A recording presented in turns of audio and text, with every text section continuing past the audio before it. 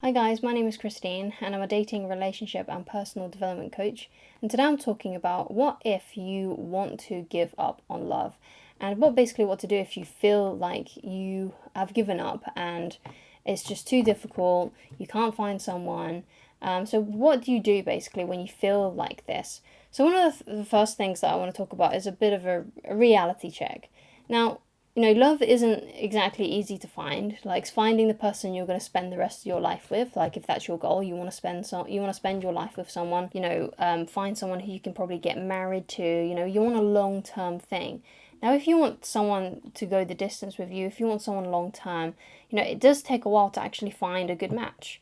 So, for example, from when I went from one relationship to my current marriage, there was like a 3 year period where I was single and searching.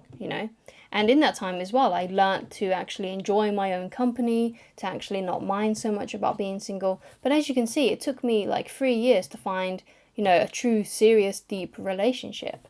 And I was single for 3 years. So like, sometimes it does take a lot of time to experience that. And you have to, go out on a lot of dates. You have to kiss a lot of frogs, basically, in order to find the right one. So first of all, you got to make sure that you're actually dating enough. So how many dates have you been on in the past year?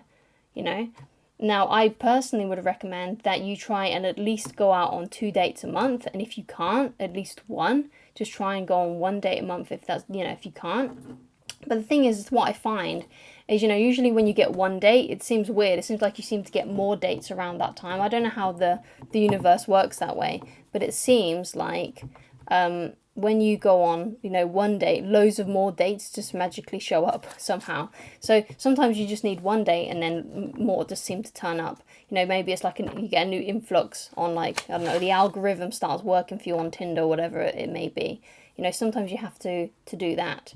So what I would recommend is, try and get that one date, try and get one date first, and then see what happens. Because more likely more dates will start showing up after that. You'll start to get in the swing of things and you'll start to feel a lot better. So first of all, just aim to do that sort of thing.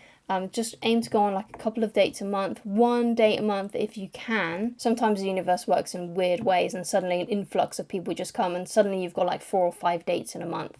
So just be patient with yourself and take that into consideration. And sometimes, it depends on, the area that you're living in. If you live in a busy area, that's great because that means new people are coming in every day and old people are moving out. If you live in a busy area like that, you need to, keep that into consideration as well, because you don't want to just go on be dating for 6 months and then give up, because by in a couple of months' time, perhaps some new people may have moved in. You never know these things, and this is what happened to me when I met my wife. She before we matched on Tinder and we had our first date, she had only been in the area for about a month. She was new meat, shall we say, for the area, right? So you got to, realize that, it's going to take some time. I shouldn't give up. I shouldn't have this sort of negative attitude because there are going to be more people to date. I'd also recommend that you have not just one dating app. Have a couple of dating apps. Have like 3 of the most popular dating apps on your phone, or dating websites if you don't use your smartphone. You find the most popular ones and have 3 of them, because most people only have one dating app. So that's another thing. You might be losing out just because there's not enough people. You've got only one app, but yeah, there's other people on other apps, right? So have more than one app, because most people only have one app. So that means you could be potentially losing out on people who are using different apps. Okay, so that's another thing that you need to take into consideration as well. Obviously, if you're a bit more old-fashioned, you can always go out and meet people as well. But having the attitude of giving up isn't a great one to have, because even though it can seem tiring, it can seem exhausting, especially if you already have been on lots and lots of dates. All you need is one great match. All you need to do is find that one person. We only need to find, one good match for you, and you'll be living happily ever after. So don't give up too easily, because sometimes it can feel easier to just give up, to just have a negative attitude about it, to be a little bit neurotic when it comes to love and things like that. It can be easy to do that, like, oh, I just give up on love and it's just not meant for me. Sometimes people can find that attitude attractive, as in you'll be drawn to that sort of attitude, to have that sort of attitude.